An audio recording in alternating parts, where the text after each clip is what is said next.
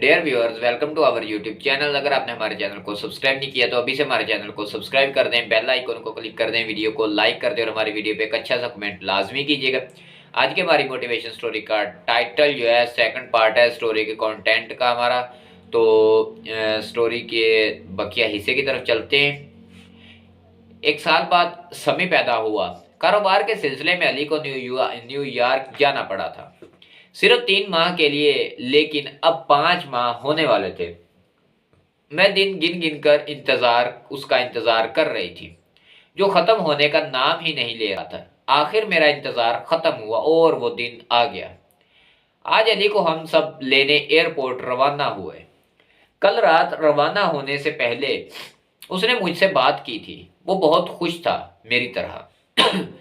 जब हम एयरपोर्ट पहुंचे तो अजीब व गरीब खबर सुनने को मिली कि फ्लाइट 914 जिसमें अली आ रहा था वो रास्ते में कहीं गायब हो गई है। मेरे पैरों तले से जैसे जमीन निकल गई। ये कैसे हो सकता है? मैं बेहोश होने लगी। अम्मी जान ने मुझे संभाला। फिर दिन और रात मामूल के मुताबिक गुजरने लगे। सूरज रोज सुबह एक नई उम्मीद साथ लाता और शाम को दिल पर उदासी की एक नई चोट लगाकर गुरूब हो जाता। मैं अली का इंतजार करते करते बूढ़ी हो गई और समी जवान। यकीन जानिए, पूरे 37 साल बाद आज अली मेरे सामने मौजूद थे। मेरी नम आंखें उसे हैरत और खुशी के मिले जुले जज्बात के साथ देख रही थी। मेरी नम आंखें उसे हैरत और खुशी से मिले जुले जज्बात के साथ देख रही थी। तुम कहाँ रह गए थे अली? अम्मा अब्बा तुम्हारा इंतजार करते करते इस दुनिया से रुखसत हो गए, लेकिन तुम नहीं आए। मैं जो करना थी। अली मुस्कुराकर मुझे खुद से लगाया।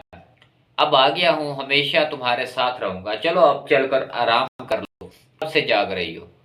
जहरा अम्मी कब से रो रही है, कब से सो रही है, जाओ उठाओ इन्हें। समी तीसरी बार माँ के कमरे में झांक कर आया था और अब परेशान होकर बीवी से नहीं उठाने को कह रहा था। हाँ, आप ठीक कह रहे हैं, अब तो ईशा का वक्त होने वाला है, मैं उठाती हूँ। ये कहकर जहरा इनके कमरे की जानिब चली थी और फिर घर की चीखों से गूंज उठा। अम्मी को दुनिया से गए आज 10वां रोज है। मैं रोज इनकी कब्र पर जाता हूँ और सूरह यासीन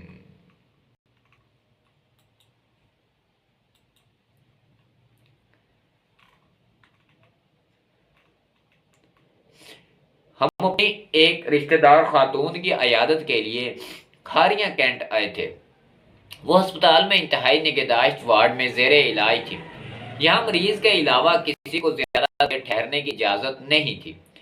यहाँ मेजर रैंक के फौजी अफसरों के लिए बहुत खूबसूरत बंगले थे। हर बंगले में वसी लॉन, रिहायशी कमरे, इनके पीछे सरसब्ज लॉन।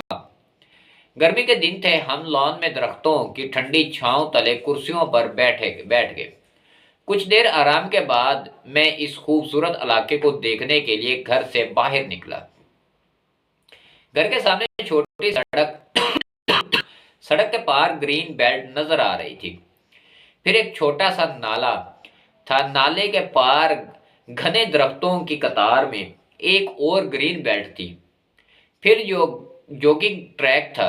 जॉगिंग ट्रैक के साथ एक छोटी सी ट्रेन की पटड़ी थी जो इस वक्त वसी पार्क को घेरे हुए थी। पार्क में बच्चों के लिए बहुत से झूले लगे हुए थे। एक जगह खूबसूरत पिंजरों में तोते, कबूतर, खरगोश और जल मुर्गियां थी। वो छोटी ट्रेन भी खड़ी थी जिसकी पटड़ी पार्क के गिर्द किसी हार की तरह नजर आ रही थी। ये ट्रेन शायद बच्चों को पार्क की सैर करवाती थी। इस वक्त दोपहर थी और पार्क में मेरे सिवा कोई नहीं था।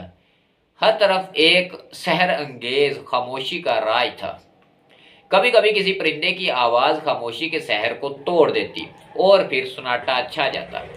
मैं नाले के पुल को पार करके ग्रीन बेल्ट के किनारे बिछी कुर्सी पर बैठ गया।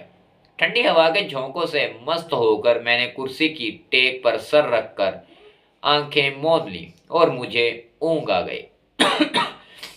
फिर ट्रेन के इंजन की चिक चिक से मेरी आंख खुल गई।